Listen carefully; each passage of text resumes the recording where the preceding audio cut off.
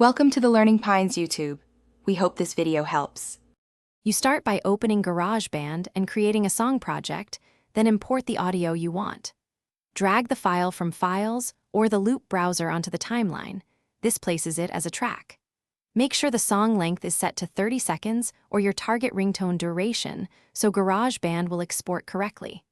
Once the clip is on the grid, disable unwanted metronome clicks and match the project tempo to avoid timing shifts, because consistent tempo keeps edits aligned and prevents pitch drift. Now refine the clip. Split and delete to isolate the exact 30-second phrase you want and zoom in so edits land on beats.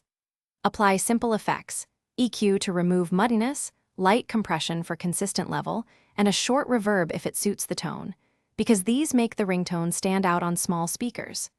Use automation to craft a smooth fade-in or fade-out and check peaks to prevent clipping. Balancing loudness ensures the ringtone sounds good across phones and in noisy environments.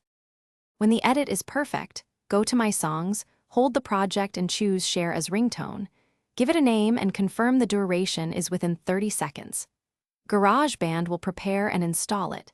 Then go to Settings, Sounds, and Haptics to select it or assign it directly to a contact. If the export fails, make sure the song length is set correctly and the name has no unusual characters. Then restart Garageband. This resolves most stuck export issues and avoids permission hiccups on iOS. Thanks for watching. Consider subscribing if we helped you.